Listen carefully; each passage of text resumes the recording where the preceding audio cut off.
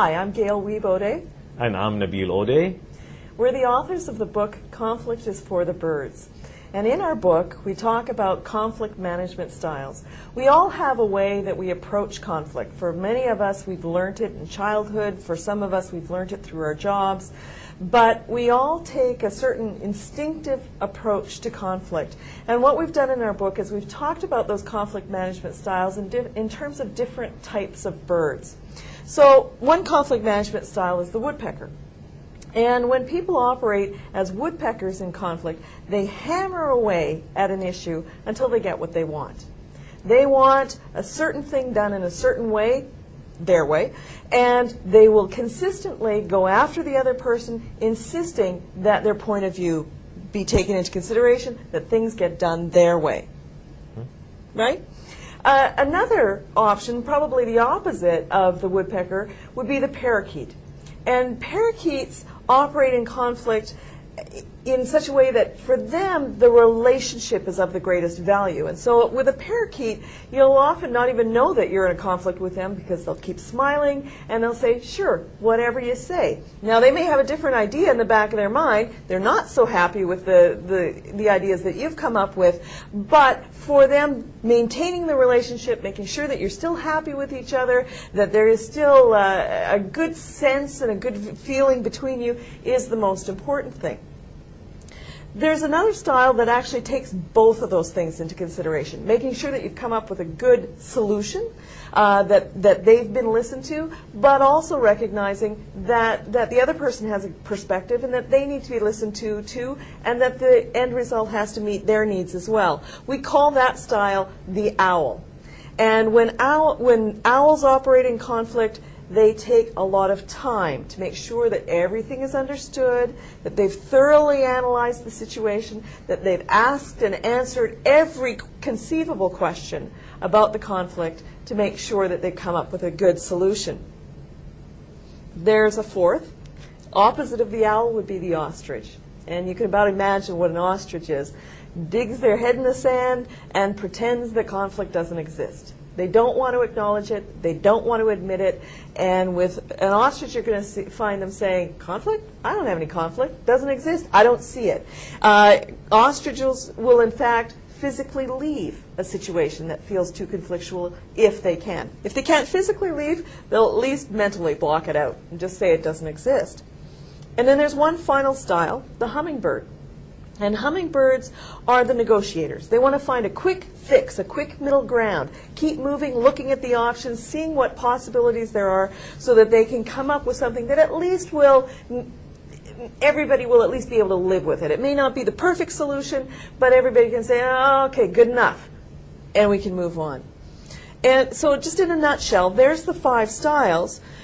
What we want to talk about today is when you look at those 5 styles and you think about the parliamentary system that we have today and the way that politics operates in this country, can you make some connections and some links with some of the behaviors that we see on Parliament Hill with the 5 birds? Absolutely. And I think the underlying premise in our system is that at least overtly we have to be woodpeckers to try to get our message across.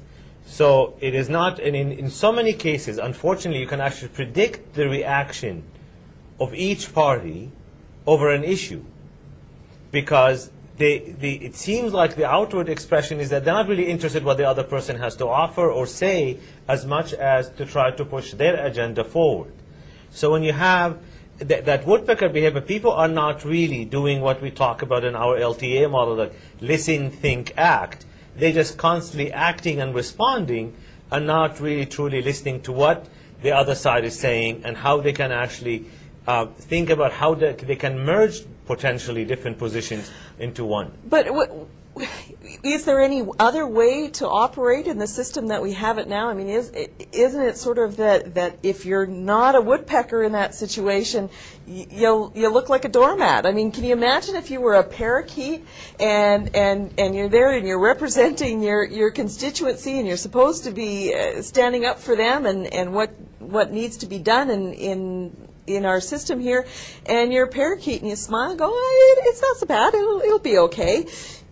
You can't really operate that way, can you? Well, Actually, you can, as long as you're not get stuck in one mode. That's really the challenge we're facing in this, is that we really have, because it's not a one-man island. I mean, we need on certain issues, we need to develop consensus. So therefore, if it's something have a national interest that has an impact on society, on the population, that we may have to actually use what we call the owl approach. And an owl approach means you have to build consensus with all the parties to try to get something that we can coalesce on. It's not about being this party or that party, left or right or center, but rather as Canadians. This is something of value for all of us. And I think the population, the people of Canada will probably appreciate that more if we had more that sense of building on consensus on certain issues that have really national ramifications. And so sometimes, especially in this kind of environment where we don't have a clear majority, you have to build consensus on specific issues, not just simply say, this is our way and this is how it should be done, and then you're going to get people on the other side saying, no, it's not going to happen, and we have good luck. Whether we're talking politics or whether we're talking family situations or work situations, different conflicts require different focus, right? And sometimes the task really is the most important thing. Yes. And again, referring back to our birds, the woodpecker is very focused on getting things done a certain way, really couldn't care less about the relationship. The opposite extreme being the parakeet, where the main focus is on maintaining the relationship, really couldn't worry too much about getting things done their way. And then you have the owl that's really concerned about both, ostrich that seems to be concerned about neither, and the hummingbird that sort of sits in the middle, a little concerned about the task, a little bit concerned about the relationship, but not overboard on either side. And it seems to me that we need to take that same perspective and kind of evaluate the situation. In certain cases, the relationship will be equally important, maybe even more important than getting things done a certain way. And that would go for whether the relationship is with your opposition or with somebody in your own party or in another party, or whether with your constituency. Politics is the art of compromise. And I think that's being hummingbird in our metaphor. And because sometimes it is difficult to get consensus between people, just because we have different values potentially or different interests that we represent. But if, again, for the sake of the public interest or the national interest, we may say we need to really develop a compromise. Compromise does not mean selling out, and that's part of the challenge we always see with people saying, well, I don't compromise, I'm principled, I just stick to my guns. And I'm going, well, we live in a world that there's a give and take, and sometimes we cannot win completely, our position without taking into account some other people's position and come to some sort of a middle ground that we can actually all agree on to solve a specific problem.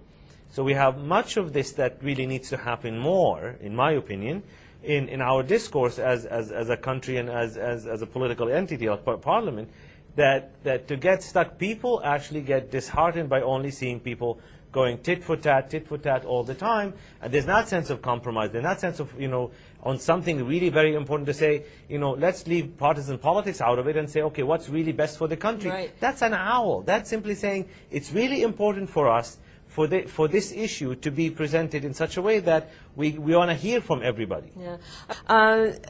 Another real issue these days that a lot of people are talking about is parliamentary decorum.